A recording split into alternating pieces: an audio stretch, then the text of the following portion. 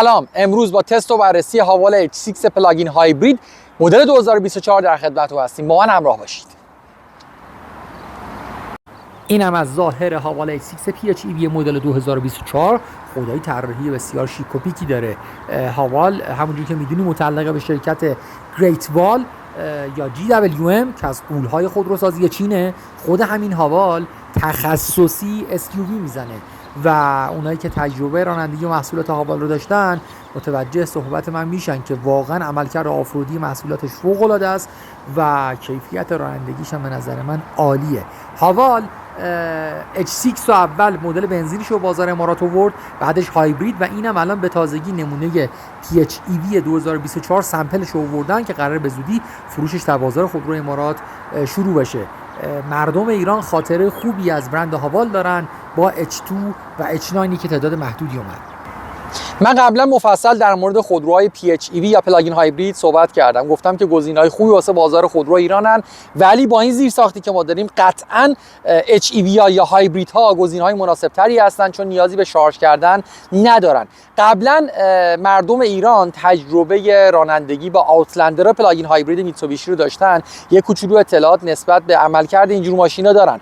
قبلا من گفتم مثلا آوتلندر پلاگین هایبرید به درد کسی میخوره که توی مجتمع نباشه، به خاطر شارژ کردنش مشکل داره.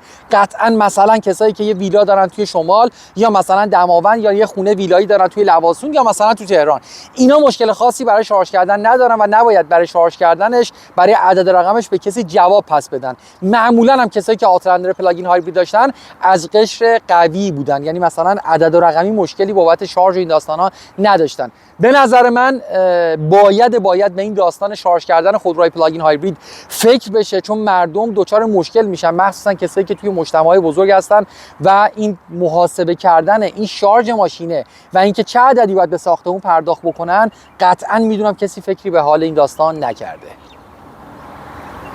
مشخصات فنی عدد رقم‌های بسیار جذابی داره H6 PHEV. یه موتور 1.5 لیتری توربو داره و یک موتور برقی، جمعشون 530 نیوتن متر گشت‌آور و 326 اسب بخار و یک گیربکس DHT. بعد بریم بشینیم پشت ماشین ببینیم این عدد رقم‌های جذاب چه پرفورمنسی رو ما میدن. قسمت باک بنزین هست و این قسمت هم شارژر ماشین که دقت بکنید هم شارژر DC میتونید استفاده بکنید و هم AC. اگر به ابعاد هاوال H6 PHEV دقت بکنید کاملا یک ماشین خانوادگیه و عقب ماشین کاملا 3 نفر به راحتی میشینن، یعنی ماشین کاملا 5 نفره هستش و فکر نکنید که با یک شاسی بلند جمع و جور کوچولو موچولو طرف هستید. این هاوال H6 PHEV 2024 که اینجاست نسخه تکتفشه، البته که نسخه آل ویل درایو هم داره، هنوز بازار امارات نیومده، تا جایی که من میدونم فعلا در بازار برزیل موجود است. بیایم با هم صندوق عقب H6 PHEV رو ببینیم از نظر ابعادی چجوریه. خب همونجوری که مشاهده میکنید صندوق عقب ماشین برای خانواده به نظر من کاملا مناسبه. گفتم که کاملا ماشین 5 نفره هستش، 5 نفر به راحتی میتونن داخل ماشین بشینن و صندوق مناسب یک خانواده است که بخوان سفر برن. این پایین هم اگه دقت بکنید متعلقات داستان برای شارژ ماشین و کابل ماشین اینجا مشاهده میکنید که همه چی اینجا آماده هستش. به کیفیت ساخت و طراحی کابین دقت بکنید. طراحی کابین ساده، کیفیت ساخت فوق‌العاده بالا.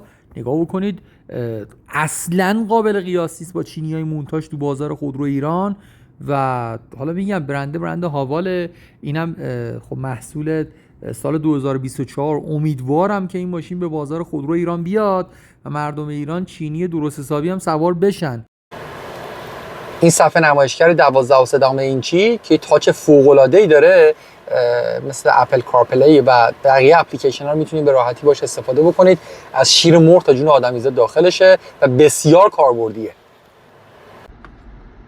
یه دوربین 360 که بسیار با کیفیت روی این ماشین هست و خیلی کمکتون میکنه موقع پارک کردن.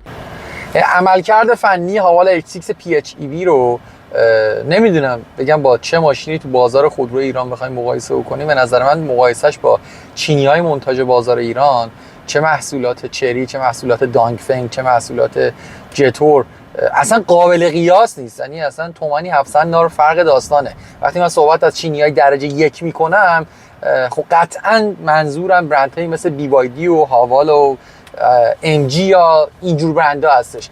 یه بار شما تجربه رانندگی با این هاوال H6 PHEV رو داشته باشین، خودتون متوجه اختلاف عجیب غریب کیفیت رانندگی این ماشین با پروداکت‌های موجود تو بازار خودرو ایران خواهید شد. نکته مهم در مورد این ماشین اینه که اگه دسترسی به شارژر داشته باشید و مدام شارژش بکنید، یک ماه یک بارم پمپ بنزین نمیرید. با حالت برقش میتونید 110 کیلومتر فقط رانندگی بکنید، مثل BYD سانک پلاس DMI. و عرضم به حضورتون که اگر شارژتون به 30% برسه میره حالت HEV با هایبرید که مصرف سوختتون خوب میره بالاتر. مصرفش در حدود 104 لیتره. ماشین کاملا نرم و بی صدا. من چندین بار تو دست انداز و تقریبا یه نیمچه آفرودم باهاش رفتم، اصلا هیچ تکونی نداره ماشینه و مشخصه که کار هاوال SUV ساز هستش این ماشین.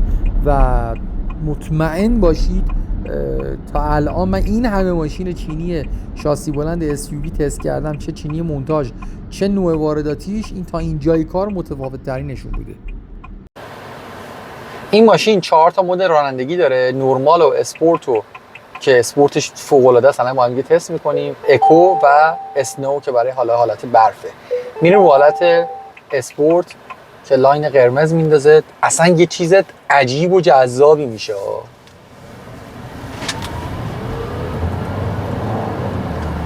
خیلی خوبه لامصب. سیستم اداس در هاوال H6 PHEV 2024 نسخه فول آپشنش کامله و کاملا حواسش به رانندگی شما هست توسط دوربین هایی که اطراف ماشینه و روی این صفحه نمایشگری که این جلوه به شما انواع اقسام آلارم های مختلف داده میشه که حواستون به رانندگیتون باشه. چند روز پیش شنیدم که هاوال H6 هایبرید به گمرک ایران اومده. اگر اون ماشین بیاد، این ماشین هم قطعاً میاد. پس برای خرید خودروی PHEV قطعاً دست نگه دارید، چون این ماشین قابل قیاس با گزینه‌های موجود تو بازار خودرو ایران نیست.